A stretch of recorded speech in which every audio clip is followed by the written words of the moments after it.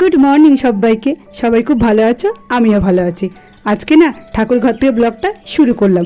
আর আজকে কিন্তু পুজোটা আমি করছি না, আমার মা পুজো করছে।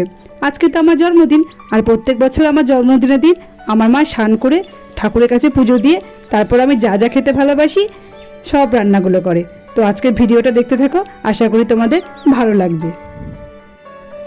তোমাদেরকে তো গল্প করলাম যে মা পুজো করে আমি যা যা খেতে পছন্দ করি সব রান্না করবে, কিন্তু আজকে না আর মা আমার জন্য কিছু রান্না করলো না। আমার আরেক মা মোনালি মা দিদুনকে কিচ্ছু রান্না করতে দিল না, বললো দিদুন আজকে বাড়িতে কিচ্ছু রান্না করবে না। আমরা সবাই মিলে মাকে নিয়ে আজকে রেস্টুরেন্টে খাবার খেতে যাব। আর সেই জন্য দেখো সবাই মিলে এখন রেস্টুরেন্টে খাবার খেতে যাচ্ছি। সোনামার পাপাও আছে, সোনামার পাপা সামনে বসে আছে। তো চলো দেখতে থাকো, কোথায় আছি সবই তোমাদেরকে আমি দেখাবো।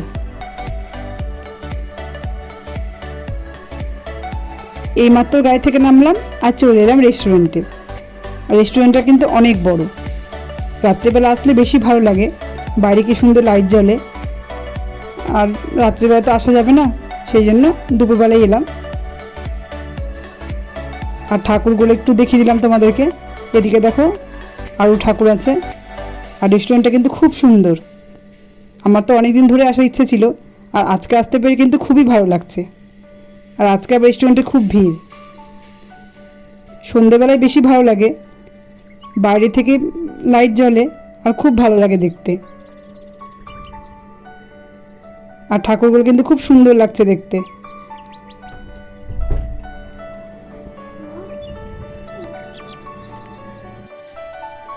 তোমাদেরকে তো ঠাকুরগুলো দেখালাম, এবার চলে এলাম রুমে খাবার খেতে। আর এই রুমটাতে কিন্তু আমরা 5 জনে আছি, সোনামা, সোনামার পাপা, মোনালি মা, আমি আর আমার মা।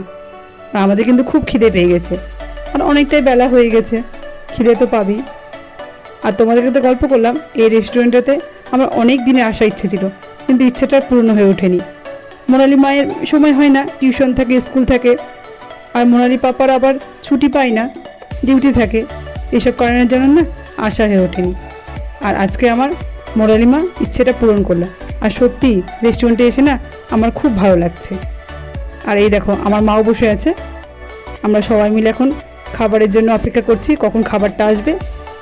আর আমার সোনামা কিন্তু এখানে এসে খুব দুষ্টুমি শুরু করে দিয়েছে। আর খাবার কিন্তু চলে এলো, আর অনেক রকম খাবারের আইটেম আছে, 14 রকমের খাবার আইটেম আছে, মিষ্টি, টক দই, ডাল, ভাজা, অনেক রকম সবজি। তো চলো আর দেরি করবো না, এখন খাবারটা খাওয়া শুরু করে দিই। আর খিদেও খুব তো পেয়ে গেছে।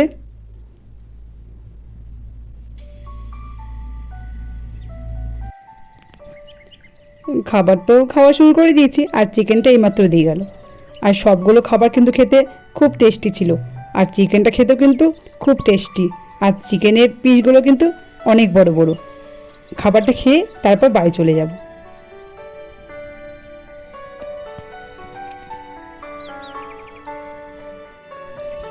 রেস্টুরেন্ট থেকে অনেকক্ষণ ধরে বাড়িতে চলে এসেছি, আর যা গরম, এসে না একটু ঘুমিয়ে পড়েছিলাম। কিন্তু আমার মায়ের কিন্তু একটুকু চোখে ঘুম নেই। মেয়ের জন্মদিন বলে কথা, তার মধ্যে তো আজকে আবার আমার পছন্দের খাবারগুলো মা রান্না করতে পারেনি। আর এসে দেখো একটুকু রেস্ট না করে আমার জন্য পায়েস করতে শুরু করে দিয়েছে। মায়ের তো পায়েস লুচি করা হয়ে গেল, আবার সন্ধেবেলা চলে এলাম তোমাদের সঙ্গে কথা বলতে। প্রত্যেক বছর আমার জন্মদিনের দিন আমার মোনালি মা পাপার কাছ থেকে টাকা নিয়ে জমিয়ে রাখে, দিয়ে আমার জন্য কেক কিনে। শুধু কেক না, ঘরটাকেও না খুব সুন্দর করে বেলুন দিয়ে সাজায়। এভাবে আমার চোখ বন্ধ করে কেকের কাছে নিয়ে আসবে, আর চোখটা খুলে বলবে মা কেকটা কেমন হয়েছে। আর ওর এই ছোট্ট সারপ্রাইজটা না আমার মনটা ভরে যায়। প্রত্যেক বছরই আমি মোনালিকে বকাবকি করি যে এখন আমার জন্য কেক কিনবে না, কিন্তু ও শুনবেই না। ও শুধু একই কথা বলে, মা তুমি তো আমার জন্য এত কিছু করো, আর আমি এইটুকু করতে পারবো না। আর ওর ছোট্ট এই সারপ্রাইজটা না আমার মনটা ভরে যায়। আর এইদিকে আমার দুষ্টুটাকে দেখো, কখন থেকে কেকটাকে নাড়ার জন্য ব্যস্ত হয়েছিল, আর এখন আমাকে বলছে মা কেক কাটো। আমার সোনামাও কিন্তু খুব খুশি আজকে। আমি বলছি দাঁড়াও, দিদিভাই আসুক তারপর কেক কাটবো। আর সোনামা কিন্তু চুপ করে বসে আছে, কেকটা কিন্তু সোনামা একটুকু নষ্ট করেনি। আর মোনালি মায়ের এই সারপ্রাইজটা সত্যি আমার মনটা এত ভরে যায়, আমার এত ভালো লাগে। ও ঠিক আমার জন্মদিনটা মনে রাখে। আর দেখো খুব সুন্দর করে বেলুন দিয়ে কিন্তু সাজিয়েছে। ও মোনালি মাও কিন্তু রেস্টুরেন্ট থেকে এসে একটুকু রেস্ট নেয়নি, তখন থেকে শুরু করেছে বেলুন দিয়ে সাজানো, পাপার সঙ্গে আমার জন্য কেক নিয়ে এলো, এসব কাজগুলো কিন্তু আমার মোনালি মা করলো। আর এই দুষ্টুটাকে দেখো, আমার দুষ্টুটাও এখন কেক কাটবে, দুষ্টুটাও কিন্তু এখন কেক কাটছে।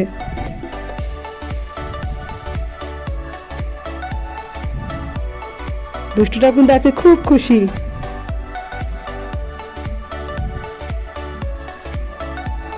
আর আজকে আমার দুষ্টুটা কিন্তু আমাকে কেক খাইয়ে দিচ্ছে।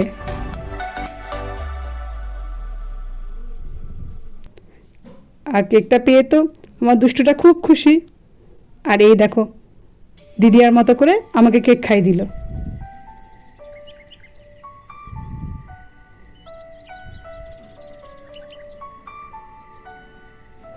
করছিল সেই জন্য না সোনামার পাপাকে কিন্তু কেকটা খাওয়ানো হয়নি। আর এখন সোনামার পাপাকে আমি কেকটা খাইয়ে দিলাম, আর মাকেও কেকটা খাইয়ে দিলাম। আর আমার জন্মদিনে যতই আমি রেস্টুরেন্টে খাবার খাই, যতই আনন্দ করি, আমার মায়ের হাতে পায়েস না খেলে কিন্তু আমার ভালোই লাগে না, মনে হয় না যে আজকে আমার জন্মদিন। আর আমার মা যা পায়েস সুন্দর করে করে না, সত্যি খুব সুন্দর করে পায়েস করে আমার মা। আর আমার সোনামা তো দুষ্টুমি করেই যাচ্ছে কেকটাকে নিয়ে, সোনামা তো দুষ্টুমি শেষ নেই। সোনামা ভাবছে আছে সোনামার জন্মদিন। সোনামাকে জিজ্ঞাসা করছি যে সোনামা আছে কার জন্মদিন, সোনামা শুধু একই কথা বলছে আমার আমার। সোনামাও কিন্তু আছে খুব খুশি। আর প্রত্যেক বছর কিন্তু আমার মা আমাকে নিজে হাতে করে পায়েস রান্না করে পায়েস খাইয়ে দেয়। আর মায়ের হাতে পায়েস না খেলে তো আমার ভালোই লাগে না। তোমাদেরকে তো গল্প করলাম। তো বন্ধুরা, আজকের ভিডিওটা এ পর্যন্ত। যারা এতক্ষণ ধৈর্য ধরে আমার ভিডিওটা দেখলে, প্লিজ আমার ভিডিওটাতে একটা লাইক করে দিও।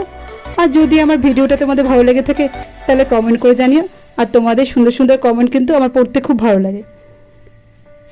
সবাই ভালো থেকো, সুস্থ থেকো। তোমার সঙ্গে দেখা হবে নতুন একটা ভিডিওতে।